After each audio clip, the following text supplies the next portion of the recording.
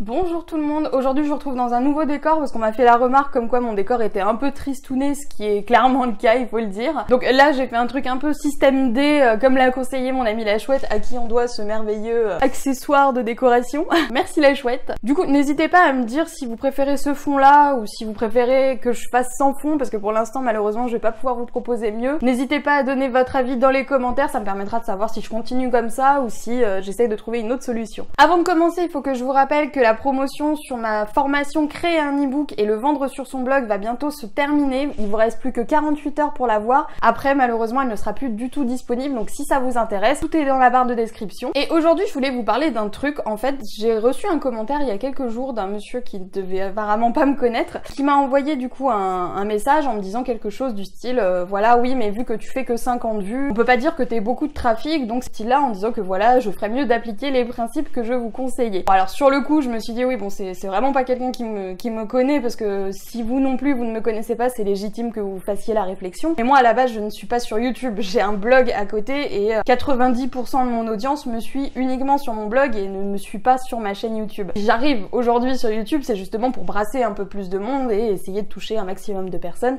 qui ne sont pas habituées au format blog et qui préfèrent le format vidéo. Mais cette vidéo là, elle n'était pas là pour que je me justifie ou quoi, c'était juste pour vous dire que quand j'ai lu ça, je me suis dit mon dieu, mais heureusement que il a pas dit ça en fait à quelqu'un qui vient juste de se lancer, qui est encore hésitant, qui est encore dans le syndrome de l'imposteur, qui est pas sûr de lui et qui se dit mince, est-ce que je fais les bons choix, est-ce que je fais les choses comme il faut, parce que c'est ce genre de commentaires là en fait à mon avis qui empêche, on va dire, pas mal de blogueurs de continuer parce qu'ils se disent ah mais ce que je fais c'est pourri, les gens ils ont raison, il n'y a pas beaucoup de vues, etc. Du coup je voulais rebondir un petit peu sur ce sujet là parce que je pense que c'est un sujet qui est important à traiter, surtout si jamais vous êtes dans les débuts, et dans les débuts tout le monde le sait, vous n'avez pas non plus beaucoup de visites, et ce même si bien sûr vous écrivez les meilleurs articles du monde, malheureusement le trafic n'arrive pas comme ça. Il y a plusieurs techniques, il y a plusieurs choses à mettre en place, c'est un ensemble en fait. Déjà je voulais commencer en vous disant que pour moi l'expertise ne se mesure pas au nombre de vues. Il faut bien comprendre que c'est pas parce qu'une personne a 100 vues que son discours est complètement incohérent et qu'elle a aucune légitimité à vous donner des conseils. Il y a des gens qui ont une expertise énorme mais qui n'y connaissent rien en internet, il y en a qui connaissent rien à YouTube, qui connaissent rien au blog, donc forcément pour diffuser leur message, ces gens-là vont être un petit peu handicapés parce qu'ils n'ont pas les connaissances web qui leur permettront de faire décoller leur notoriété et d'attirer une audience qui correspond à ce qu'ils recherchent. D'autre part, et c'est un message que je véhicule beaucoup sur mon blog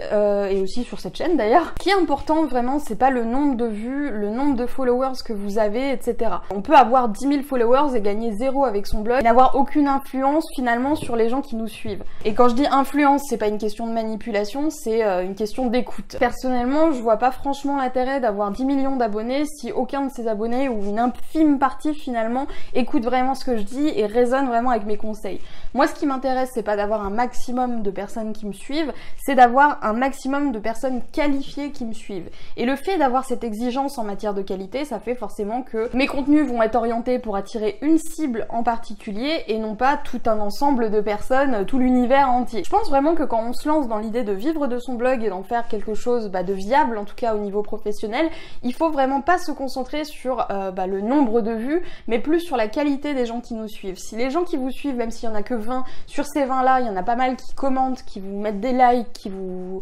contactent directement pour vous dire des choses, c'est que vous avez déjà a priori bien ciblé votre audience. Il n'y a aucun intérêt à attirer vers vous des personnes qui ne sont pas intéressées par les choses dont vous parlez, c'est juste de la perte de temps et souvent de la perte d'argent si jamais vous êtes dans tout ce qui est pub Facebook payante, etc. Donc si vous commencez, vous avez peu de lecteurs, ce n'est pas grave. Visez vraiment des personnes qui sont intéressées par ce que vous leur proposez. Ça sert à rien de brasser du monde à part à vous flatter l'ego finalement, parce que ce sont pas ces gens-là qui vont vous permettre à votre blog de se développer, ça va être vraiment les personnes qui sont intéressées, qui sont portées par le message que vous transmettez. D'autre part, et je tenais à le dire quand même, il faut savoir que sur YouTube, je pense que tout le monde l'a constaté, quand on regarde au niveau des vidéos les plus vues et de l'onglet tendance, etc., le contenu qu'on retrouve, c'est rarement du contenu pro, entre guillemets, c'est-à-dire du contenu où on va vous délivrer des conseils un peu de la manière dont je le fais et dont plein de personnes le font. Alors je dis pas que c'est un contenu qui ne marche pas du tout sur YouTube, que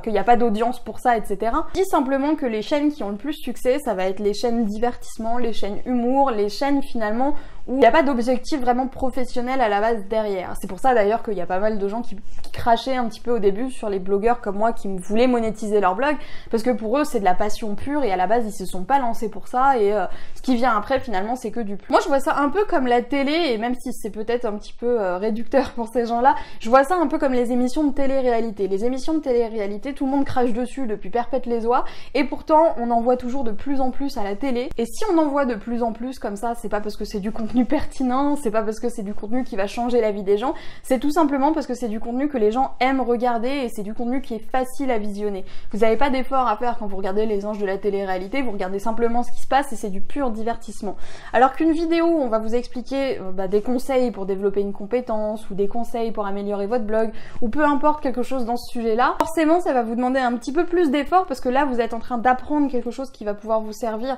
Ça vous demande un petit peu plus d'effort intellectuel que de regarder une vidéo de Norman ou Cyprien par exemple. Et attention, je dis ça sans dire que les vidéos de Norman et Cyprien sont nulles, parce que c'est pas le cas, ce sont des vidéos de bonne qualité, mais il faut comprendre que les Norman et les Cyprien, il y en a pas des milliards non plus. Souvent les youtubeurs divertissement comme ça sont vraiment une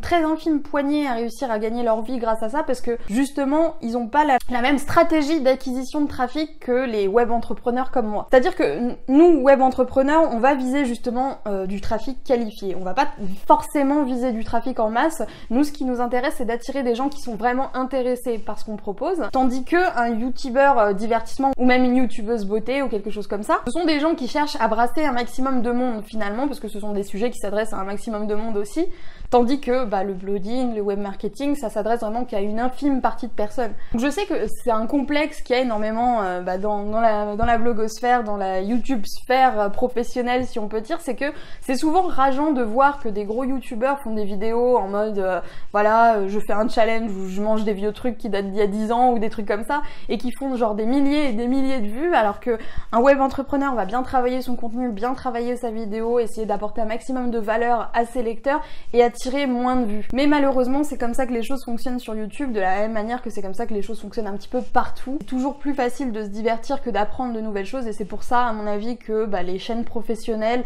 les chaînes où on va vous apprendre vraiment une compétence sont peut-être un petit peu moins populaires que les chaînes divertissement, ce qui ne veut pas dire qu'elles n'auront aucune popularité du tout. C'est pas parce que vous lancez une chaîne business que vous avez zéro chance d'attirer du monde. D'ailleurs je le vois moi-même là avec mon petit nombre d'abonnés, je vois bien que je m'adresse à des gens qui sont intéressés par ce que je dis, et pas à des gens lambda qui sont là juste à la recherche d'un divertissement pur. Autre chose qui va peut-être, je l'espère en tout cas, vous décomplexer si vous démarrez et que votre nombre de vues est plus proche de 0 que d'1 million. Faut bien comprendre qu'il y a aucun youtubeur qui est passé de 0 à 14 milliards d'abonnés en 2 minutes comme ça dès qu'il a créé sa chaîne YouTube. Une audience, ça se construit bien sûr petit à petit, les gens viennent petit à petit, et plus vous le faites sur le long terme, plus forcément vous avez une audience qui grandit, parce que tous les jours vous avez de nouvelles personnes qui vont vous découvrir. Et forcément quand vous vous lancez, c'est souvent là où vous vous attendez à avoir un maximum de retours, mais malheureusement bien sûr les choses ne se passent pas comme ça, et au début il y a très peu de gens qui vont venir consulter vos contenus, il y a très peu de gens qui vont venir réagir à vos contenus. Et je comprends complètement que ce soit déprimant, parce que moi-même j'ai toujours été frustrée dès que j'ai lancé mon blog de me dire mais j'en veux plus, il y a pas assez de monde,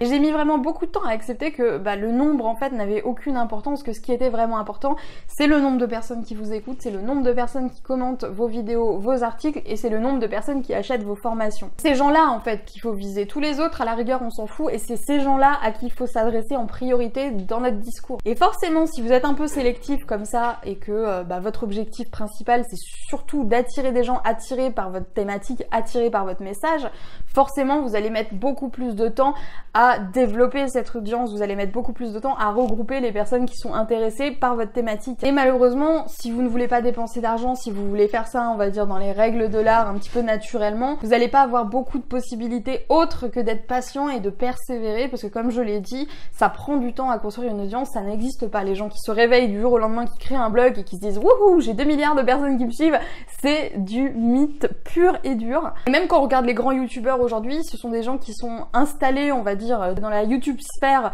depuis quand même un certain moment, depuis plusieurs années, et au départ leur audience était vraiment beaucoup plus petite que ça, et elle s'est augmentée au fur et à mesure. Donc je tenais vraiment à vous tourner cette vidéo, en tout cas pour m'adresser aux personnes qui sont dans cette situation-là, qui commencent encore un petit peu à avoir des visites, mais qui n'ont pas non plus un trafic de fifou malade. Sachez que ce qui compte vraiment, c'est pas le nombre. Et le fait d'avoir par exemple 5000 visites par jour, ça peut peut-être vous faire rêver, mais si ces 5000 personnes-là ne sont pas vraiment intéressées par ce que vous dites, ils arrivent sur votre blog, ils se disent mon dieu, mais c'est ennuyant à mourir, le sujet m'intéresse pas, et ils s'en vont. Franchement, quel intérêt il y a à avoir 5000 visites par jour? Moi, je préfère avoir à la rigueur 100 visites par jour avec 100 personnes qui lisent tous mes articles, qui sont vraiment intéressées par ce que je dis, qui vont s'inscrire à ma newsletter, qui vont apprécier mon contenu, plutôt que des personnes qui vont arriver en se disant ah mais c'est pas du tout ce que je cherche, et qui vont être mesurées juste par les visites, par le nombre d'abonnés, etc., etc. Vous avez peu de visites, mais si ces gens-là, ces gens qui visitent votre blog, ces gens qui regardent vos vidéos, sont des gens réactifs, sont des gens qui vous font comprendre qu'ils sont là, qui commentent vos vidéos,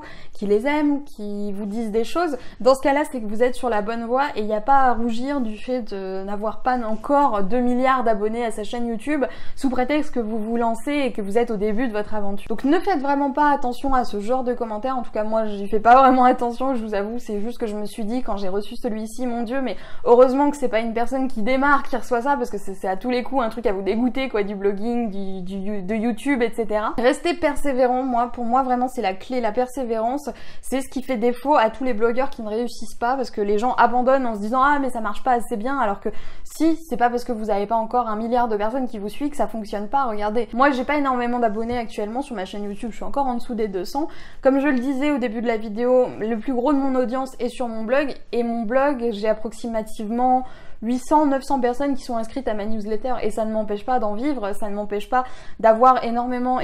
de retours sur mes articles, sur mes vidéos et tout ce qui va avec. Et si je m'arrêtais là en me disant ah oui mais j'ai que 200 abonnés, oh là là c'est trop triste, j'ai même pas encore 1000 inscrits à ma newsletter donc j'abandonne, etc. Forcément j'aurais rien gagné, et forcément je serais pas là en train de vous parler. Donc persévérez un maximum, ne vous laissez pas abattre encore plus au début par des petites choses comme ça sans importance, comme les statistiques, comme le trafic, comme votre manque de visibilité, parce que tout le monde en a souffert à ses débuts, et la différence entre quelqu'un qui n'en souffre plus aujourd'hui et quelqu'un qui en souffre toujours, c'est que la personne qui n'en souffre plus a fait des efforts à continuer sur le long terme à développer sa stratégie d'acquisition de trafic, et maintenant ces personnes-là sont tranquilles et ne se prennent plus la tête au niveau des vues, etc. Donc, ne faites pas attention à ça, continuez à croire en vous, continuez votre projet et attendez, soyez patient surtout. Ne vous remettez pas non plus trop en question et arrêtez de douter de vous en permanence, surtout si vous recevez des commentaires pas sympa, parce que c'est ça malheureusement qui va vous empêcher de réussir, c'est ça qui va vous bloquer en permanence dans votre blog,